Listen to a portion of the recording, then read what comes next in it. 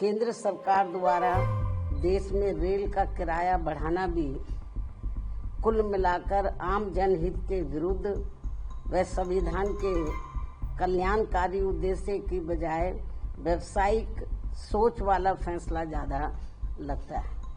उन्हें जिस बेरहमी से उजाड़ने का ये जन विरोधी रवैया अपनाया जा रहा है, जिस पर सरकार अगर तुरंत पुनर्विचार करे तो ये बेहतर होगा।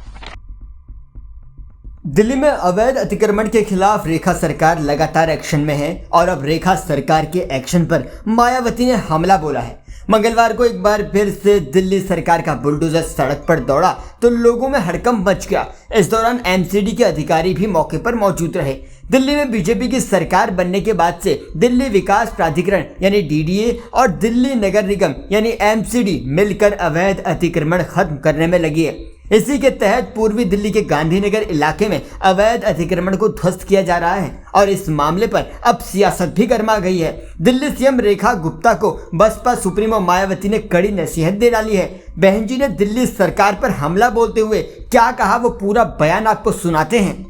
उन्हें जिस बेरहमी से उजाड़ने का ये जन विरोधी रवैया अपनाया जा रहा है, अर्थात उनकी झुग्गी झोपड़ियों को जो तोड़ा जा रहा है जिस बेरहमी से, तो ये अति दुखद व शर्मनाक भी है। लेकिन दिल्ली सरकार बहाना क्या बनाती है कि हम कोर्ट के आदेश का पालन कर रहे हैं, लेकिन माननीय कोर्ट ने ये नहीं कहा कि जिनको आप उजाड़ रहे हैं तो उनकी आप दूसरी व्यवस्था किए बिना ही उनको उजाड़ दें।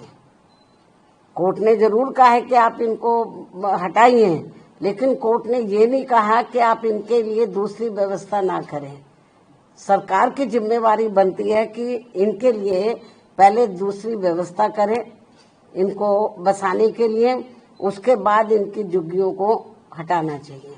लेकिन ये सब व्यवस्था किए बिना ही तो कोर्ट की आड़ में जो इनके साथ में अन्याय अत्याचार हो रहा, शोषण हो रहा है, तो मैं समझती हूँ ठीक नहीं है। वैसे भी दैनिक उपयोग की आवश्यक वस्तुओं पर भी जिस प्रकार से कीमतें बढ़ाई जा रही हैं, इसके अलावा दैनिक उपयोग की आवश्यक वस्तुओं पर भी जिस प्रकार से कीमतें बढ़ाई जा रही हैं, वे भी खासकर दिल्ली की जनता के लिए भारी मुसीबतें पैदा कर रही हैं।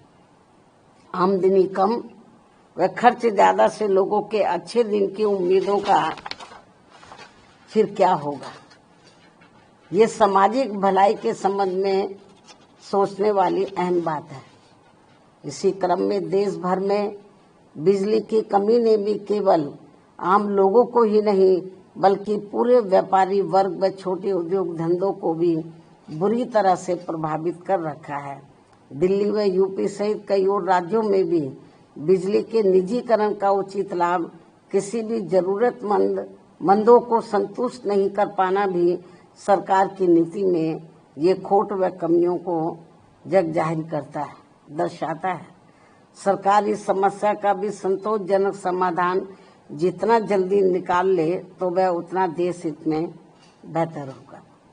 अब मैं अंत में अपनी बात यही समाप्त करती हूँ। धन्यवाद। जय भीम व जय भारत।